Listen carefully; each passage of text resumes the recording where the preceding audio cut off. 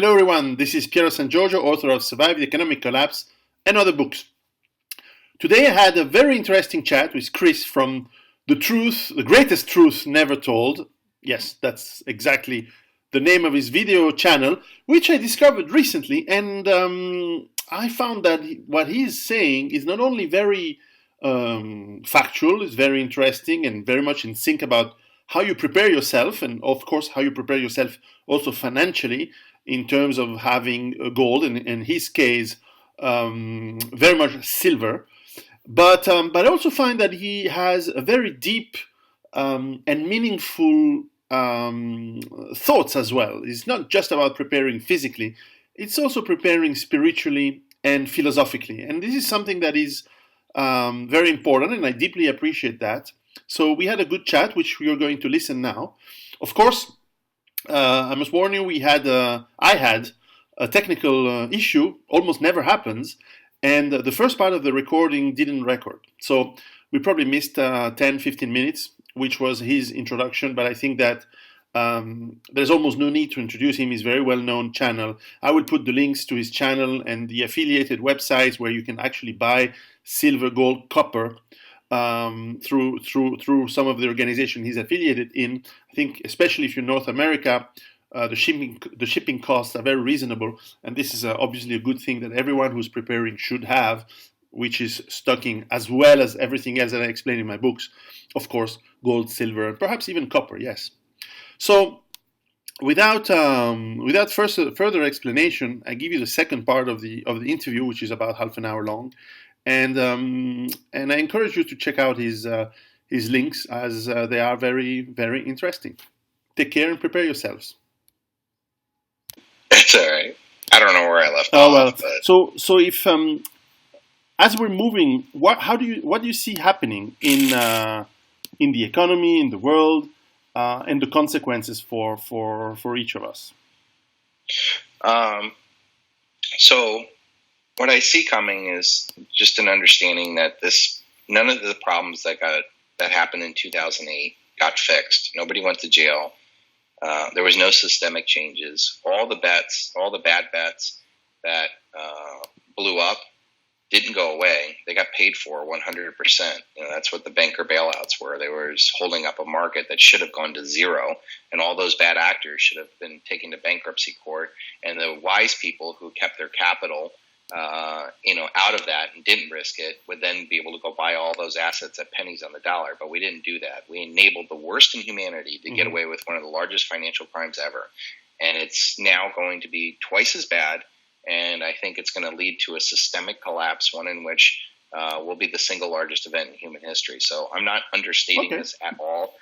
This is going to be the big bad one. There's not going to be another redo of 2008 where, we'll have a recession, but these policymakers are going to, take dramatic action from the lessons that they learned and provide quantitative easing and tax incentives to create. No, this is all going to go down.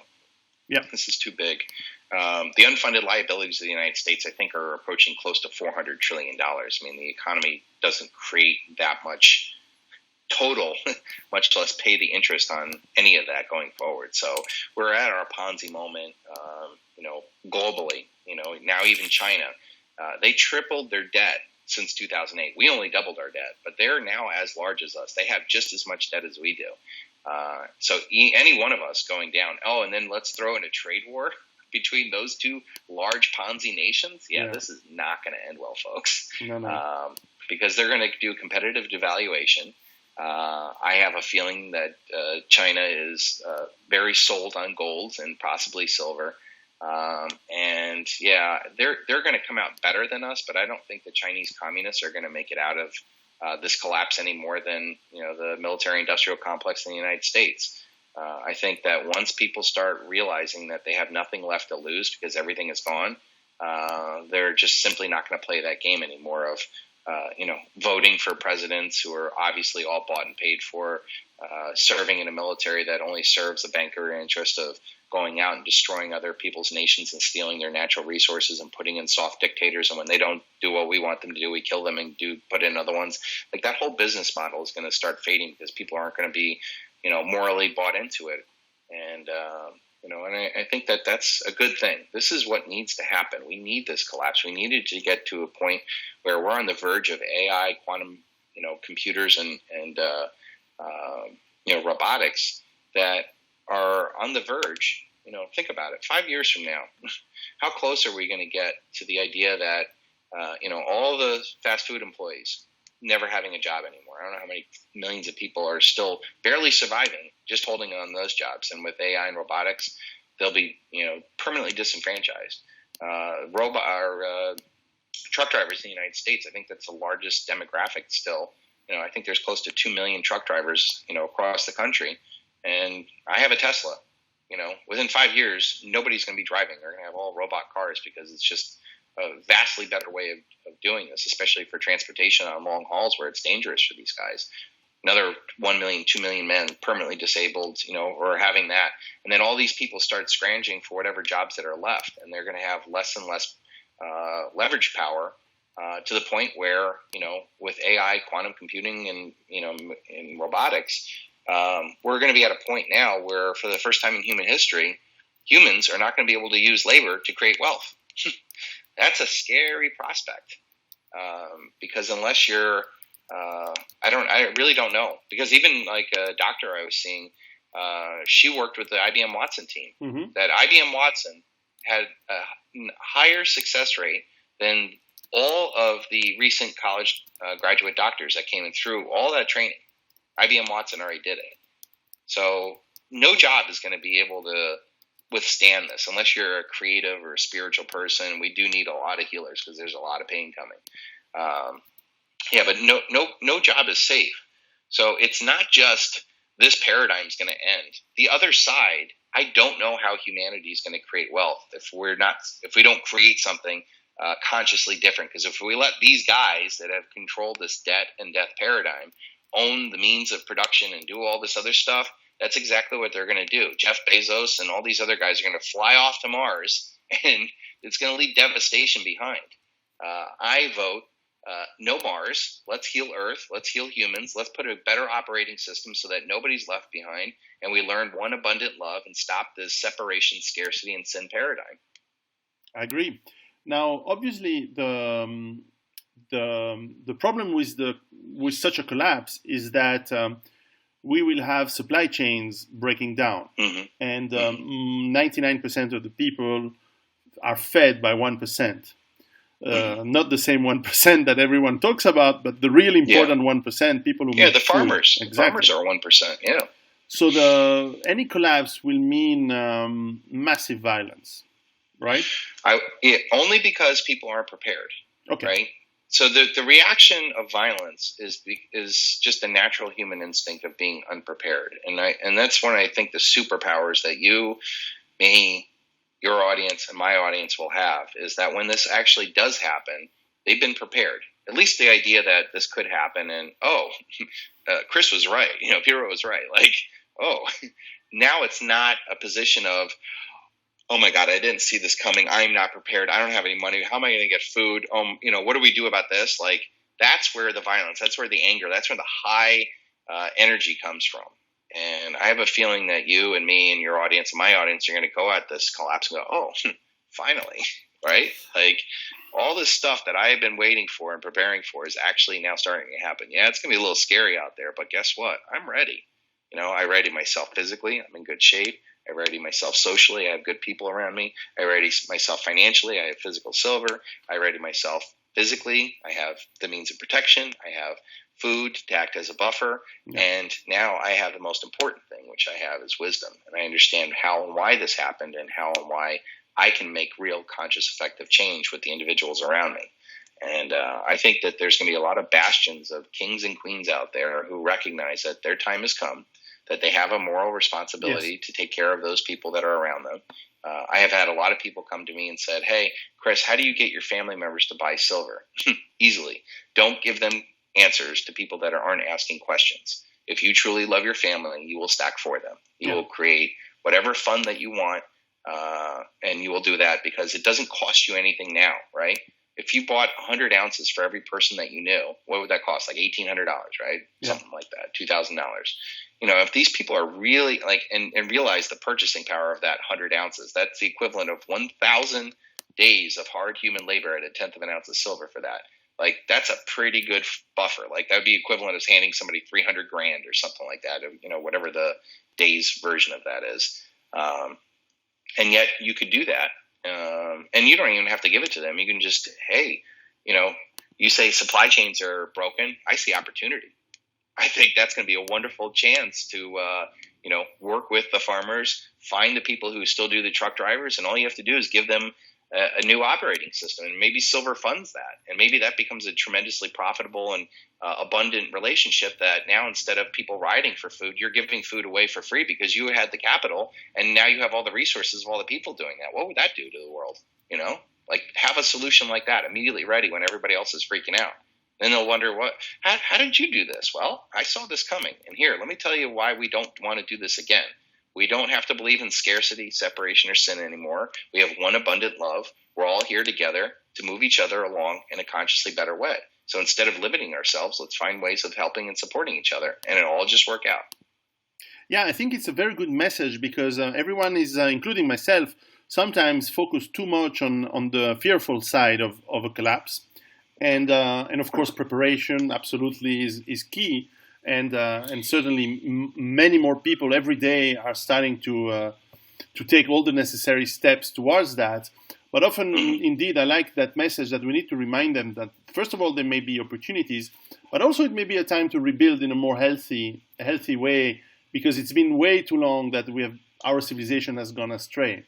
And this is a very, very positive message that I think we should all carry forward much more often. Yeah. It's definitely, I know how this universe works, and it's all vibrational. So if you think doom, you are going to get doom. If you think limitation, you're only going to live in limitation.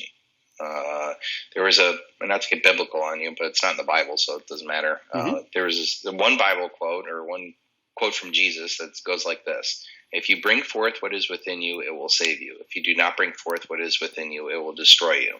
That was purposely left out of the Bible, but it's the most powerful quote that I had heard, and it's basically saying the kingdom of God is within you. If you want to feel heaven, you release your gifts and talents onto the world and find the abundance. And you've done that. I've done that.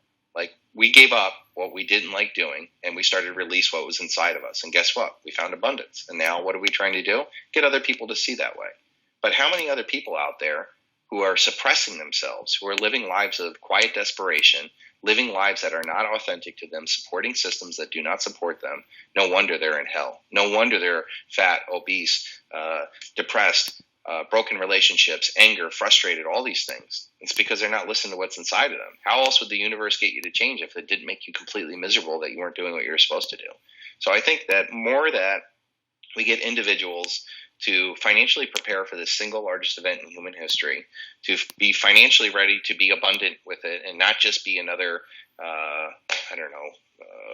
these gambling mogul guys with creating, we don't need any more financial oligarchs to come out of this, right? Yeah. You start emulating the exact same bad guys that we're finally free of, you're no friend of mine.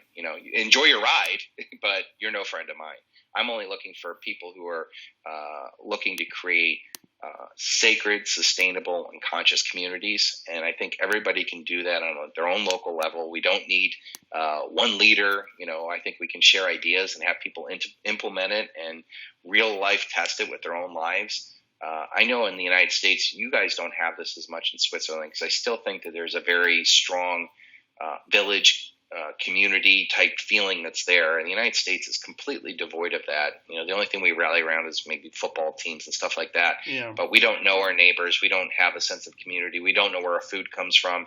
We're totally detached from nature and each other. And I think the impact in the United States is going to be far more difficult than a lot of other, especially European and more native cultures out there that are, they're going to feel effective of the financial crisis, but then they'll realize the power that they have with their community that they have still there. The United States has got a lot of suffering to do, and they need it. Like, how else would the United States change if not through the end of all their hubris? Yeah, it's anyone who's a decent human being cannot wish suffering to people. No. However, when we realize that it's impossible to avoid, it's unavoidable, we have to teach and evangelize in a way to people, and to say, well, look, what's unavoidable can be harnessed and can be reduced in intensity, at least if you prepare. And and for sure, what's interesting, what you said earlier, and on silver being the as with gold, but indeed your point of view on silver is very interesting, to be the starting point to gather the buffer, the financial buffer, the trading buffer, the base that you can rebuild an economy, because of course food is key, ability to defend yourself is key, all the things that I focus on my books, protection against disease, and knowing how to get indeed a better, have a good body and be healthy. But then you need to rebuild, and having this silver as a potential currency. And you mentioned you store bars, and you make your own silver that you sell on your website, right? Mm-hmm. Silver Shield. It's all available at goldenstatemint.com. They ship internationally, and it's been an interesting business, because I create certain products that are available all year long. But I find the most interesting part.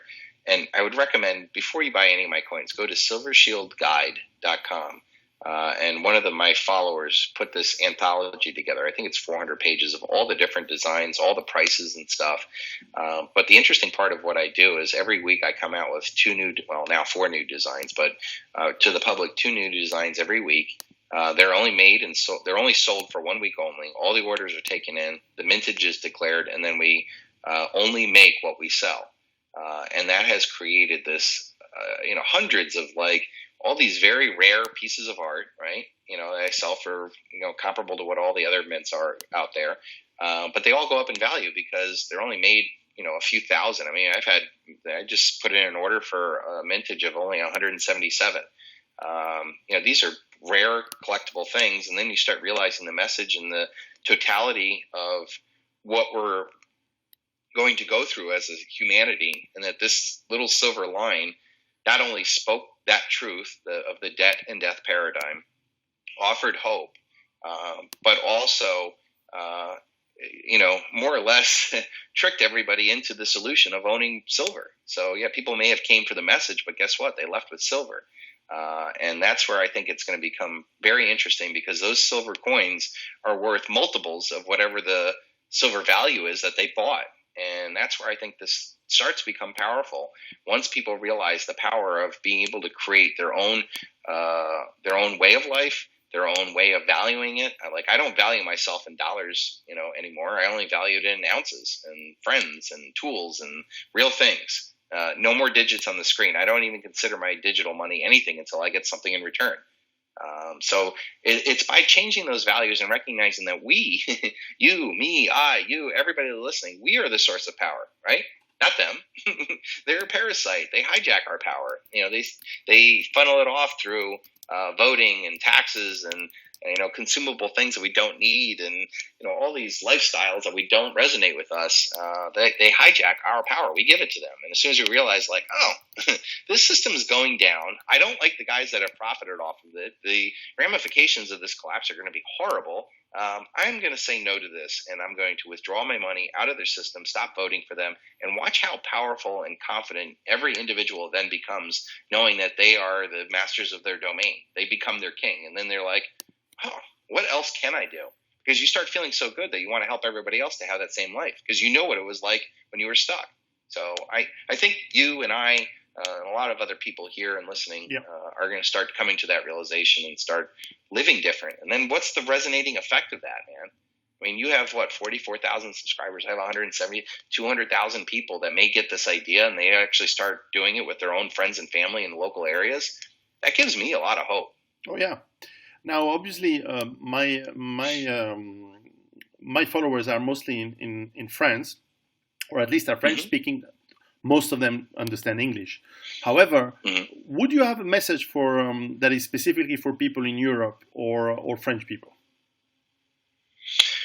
The only thing that came to me is that I think Europe is even more deprived of silver than many other places. Like in the United States, silver stacking is easy, right? Mm-hmm, We don't have any VAT tax, no sales tax. I mean, silver is available for very cheap. And the lament I hear in Europe is shipping is expensive, VAT tax, you can only do this. And then even the ones that, aren't taxed, they're at the high.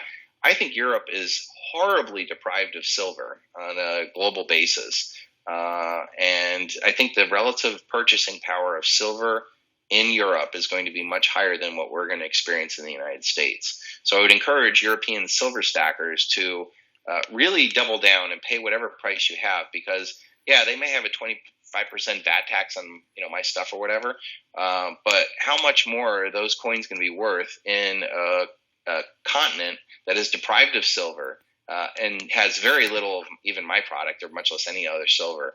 I think the relative purchasing power of those European silver stackers are going to be much higher than the average American stacker. It's still going to profit.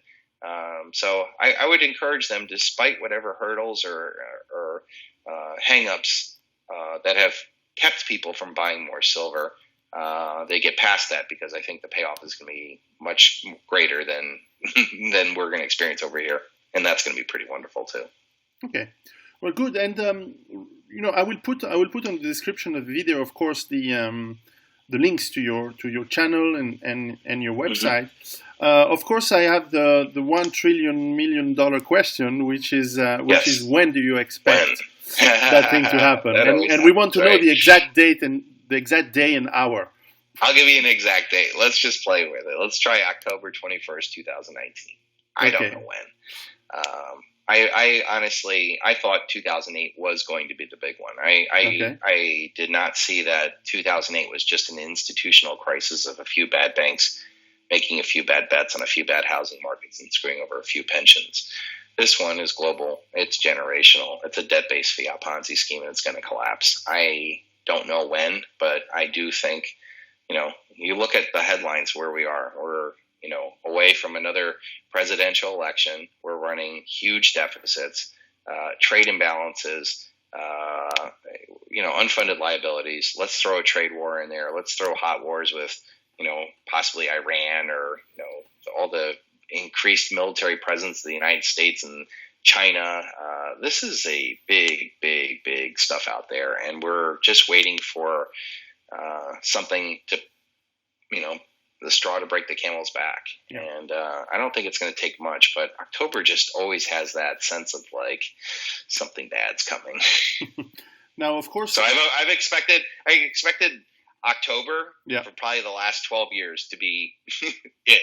So why not again?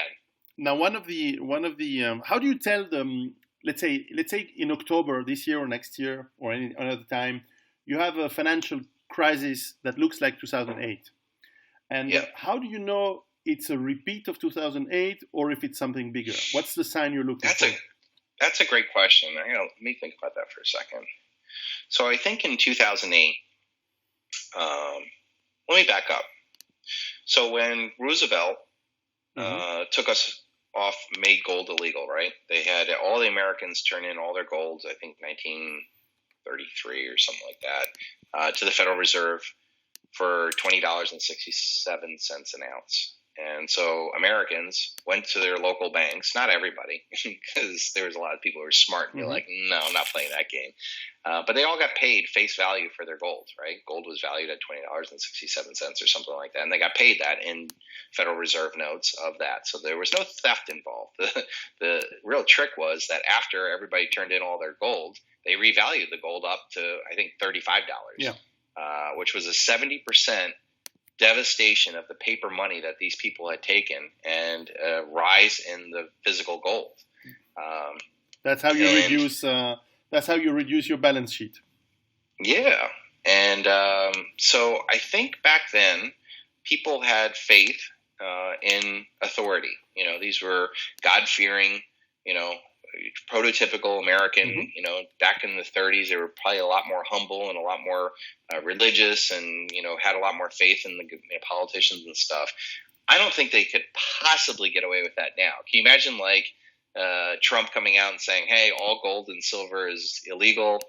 You all have to turn it into the government. We'll give you a cryptocurrency in return," right? No. I will bury my shit for nobody finds it before I go give it to them. Of course. And that's a wonderful thing about silver and gold. It can be buried forever, certainly longer than these governments.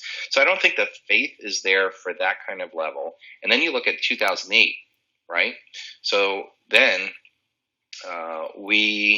they felt the banker. This is the other thing that people need to know. The people that own and control the system, you think that they would want stability. No, these guys were ruthless industrialists that buy when there's blood on the street. So this is not something that they don't want. The collapse of the Soviet Union was a wonderful business opportunity for them, and a tremendous humanitarian devastation. But they buy when there's blood on the street. So don't think that this collapse isn't coming, or that it's not being planned for, or that it's wanted. Mm-hmm.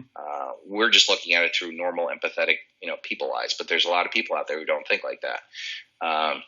So the 2008 financial crisis, the pain came, and they got what they wanted. They wanted the outpouring of emotional, "Please save us," right? Please save our stock markets. Please save our housing values. Please save us from unemployment. Please save us, somebody. Mm-hmm. Well, these cunning men are like, "Oh, sure, we'll save you. It's only going to cost $1 billion here, $1 trillion there. We'll redo this. We'll get bailed out of our bad bets that should have gone to zero, that should have sent us to bankruptcy court, that should have put us in jail for fraud forever. No, we'll bail them out and let them ride." So I would imagine that whenever the next crisis happens, we'll get a lot more of the same. We'll probably get a stock market crash, right? All the news will go, "Oh, crazy." You'll see a lot of red on the TV and people panicking and sweating and stuff like that. And then there'll be the natural outpouring of, "Please, Mr. Trump, save us," or "Please, Mr. Federal Reserve, save us," or, work with other nations and, come up with coordinated efforts of bailing out. And what they're going to do is just print more money. That's what they want. They just want to print more money. And then the buddies that get access to it first, they're the ones that get the profits off of it. And my feeling is that since this is a battle for the ages, everybody's going to be out for themselves. And we're going to have currency devaluation where every country is going to just keep printing money to try to get some sort of, screw thy neighbor policy that they're going to end up better by hurting them, the value of their currency. Yep. And that's when I think inflation kicks in, and eventually the psychological aspect of inflation, which is hyperinflation, where people then go, "You know what? I don't want any more digital illusions of wealth. I want real silver, and I want gold, and I want food, and I want real things, and I don't want this trash money anymore, and I'm going to bring it in all the wheelbarrows that I can to get rid of it as quick as I can to get anything."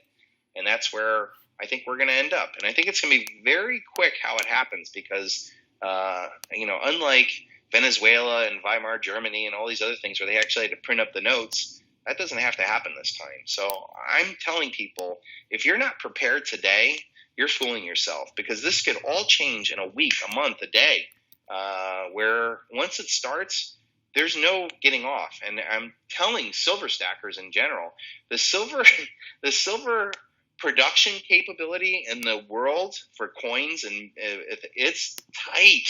I know a lot of very long-standing companies that are on the verge of bankruptcy because they've had this 7-8 year long bear market. My Golden State Mint's doing great because we've been working together to create I think the best business model in the business. But a lot of these other guys out there, they're hurting, and you can't move. I would love to know. I don't think you could move $1 billion into the silver space, the physical silver space, and get delivery within, 3 or 4 months, right? And $1 billion is nothing, dude. Sure. There's people on Forbes that have multiples of that, right? Yeah. Much less governments, much less corporations, much less, think about Apple. They have $250 billion in cash. If they knew that silver was a strategic asset for all their value-added businesses, their iPhones, their computers, their whole valuation, their whole future, if they don't secure that silver, then they don't create the best products in the world, and they don't do that. How much do you think that they would write a check? And then if Apple did that, what would Samsung do? What would Google do? What would the United States do? Right? Mm-hmm. And I'm telling people that's going to happen. So get into silver now before these guys that are buying gold, these big, because you can move $1 billion into gold easily, right? Easily, but you can't do that with silver. So, and that's I think the benefit for all of us little guys. We can be the meek that inherit the earth. So while your Swiss bankers are seeing gold, I'm telling your people, buy silver. Yeah, interesting. And I think it's for people who don't have a lot of money, silver is definitely a must because it's still affordable. And for people who have lots of money, well, they can afford to hedge a bit, of course. Mm-hmm. But certainly if everyone should have at least a few $1,000s in silver coins at the minimum. While you were talking, I shouldn't say that, but I just seen your website, and your collection is really awesome. It's really beautiful. So I encourage the people who are listening to us to check it out. It's really very, very, because beauty is important, and yes, these coins and the artwork that you put on them is really excellent. It's really beautiful. Thank you. So look, the best way to reach you is through your at least to listen to you is through your website and YouTube channel. Yeah, YouTube channel, The Greatest Truth Never Told on YouTube. We have like 177,000 subscribers. I've done probably close to 1,800 videos, probably 35 million views. So I've been at this a long time. I didn't arrive at this level of understanding without a lot of hard work. And I actually attribute the trolls. You get those people who are calling you out and saying you're this and that. Those are the ones that have given me the greatest growth, because every time somebody challenges me, I'm like, maybe I am doing it this the wrong way. And then I would think it through and I'd be like, no, I think I'm right. And I'm stronger for that. So, I encourage everybody to just share. I don't know everything. I like to think that I'm on the path of finding out everything. And the closer I get to truth, the better quality people I find, the better my life gets and the more opportunities I see going forward. So I would encourage people to, recognize that the world is screwed up, but your world doesn't have to be. I encourage everybody to be aware and prepared, just all the survival aspects, and, all the work that you've done, nothing was wasted. It was just the beginning level of just saying, hey, if things do go bad, let's take care of the basics, right? Yeah. Now we could start thinking about capital accumulation.